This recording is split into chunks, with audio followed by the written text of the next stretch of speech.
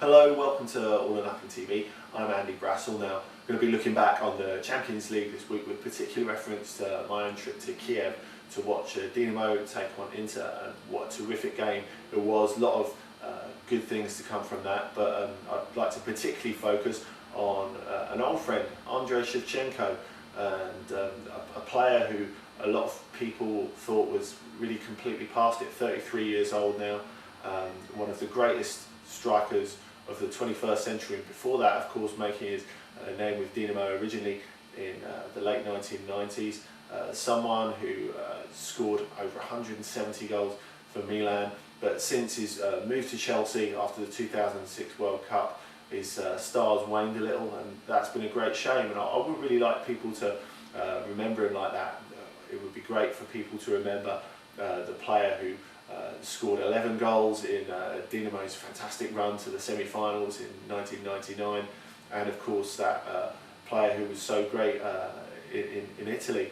And of course the clash with Inter brought up a lot of memories of that, because he's always feasted when it's come to playing Inter. His goal in the game this week was his 15th goal against Inter overall, and his 4th against them in the Champions League. Of course, he scored the away goal that saw Milan through to the 2003 final at their city neighbours' expense, and Shevchenko of course scored the winning penalty in the shootout at Old Trafford in the final against Juventus. So he's been a key figure, not just against Inter, but in the Champions League overall.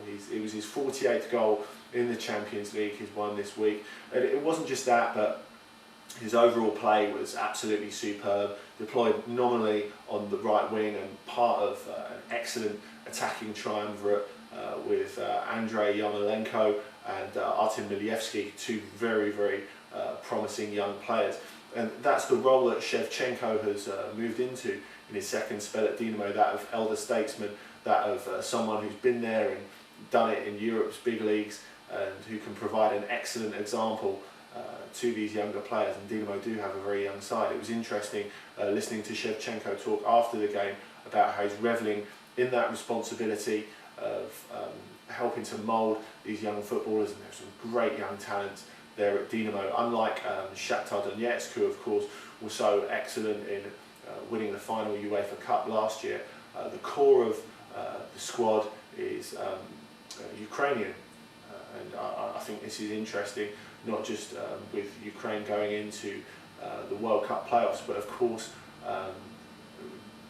limbering up to host Euro 2012 jointly with Poland, and we'll talk a little bit more about that in a minute, because there's a lot of construction work going on at Kiev to that end at the moment.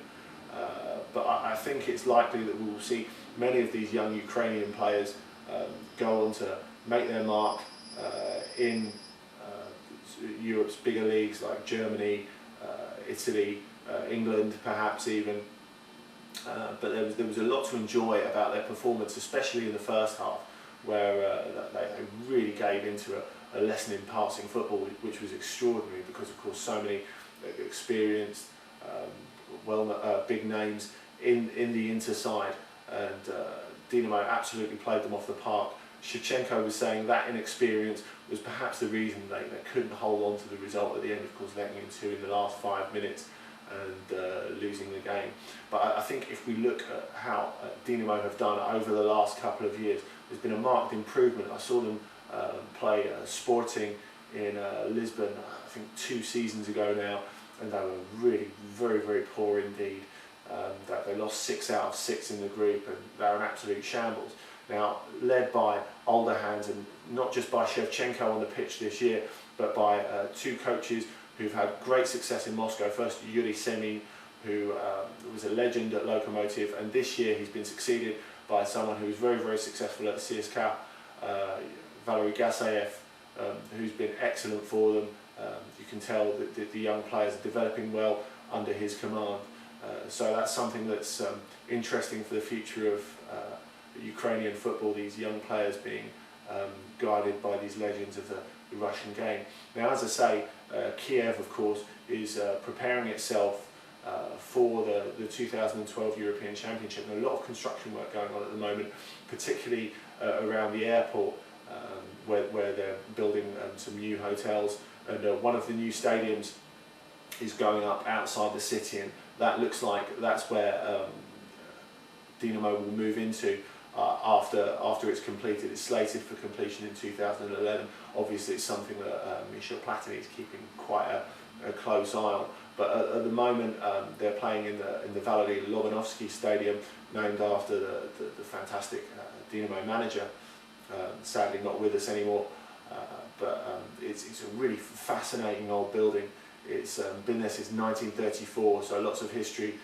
The Lobanovsky Stadium, a great pillared entrance with a big portrait of Lobanovsky himself on one side, and you get in there and it's a real old Soviet construction, very atmospheric, given a stiff breeze because it's on the banks of the river Dnipro, and a little intimidating for Inter, I think, when they first arrived. So it's something that Dynamo can make a lot of. This was, of course, their first home defeat since almost a year ago to the day, 364 days before they lost to Inter. They lost at home to Porto when they really had control of their Champions League group last year. So they built up a formidable record in the meantime, a period in which they became European champions, taking the title back from Donetsk, who they lost it to in 2008. A real battle between those two at the top of Ukrainian football for supremacy. There are a lot of infrastructure issues to overcome in this beautiful city. They're very, very short of hotel rooms at the moment. And there was a big controversy recently when there was talk of building a new hotel on Babi Yar, which is the site of one of the worst atrocities of the Holocaust, where 34,000 Jews were killed over 2 days in this site. So it's something that's very, very important for the Jewish community, and fortunately it seems that they're not going to be building a hotel there after all, because you have to accept that some things are far, far more important than football. But a lot of interesting things going on in the Ukraine. I'll be back there next month for Dynamo's game against Barcelona, so maybe I'll be able to bring you a little more insight after that.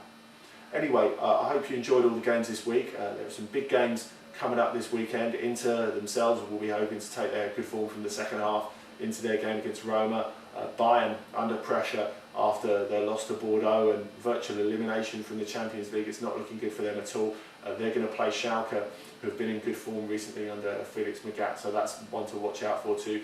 And Lyon playing Marseille in the French league, with Marseille needing to catch up some ground on Lyon and Bordeaux, who have been pulling away a touch at the top. So those are some to look out for. You can contact me with any thoughts, questions you might have before next week.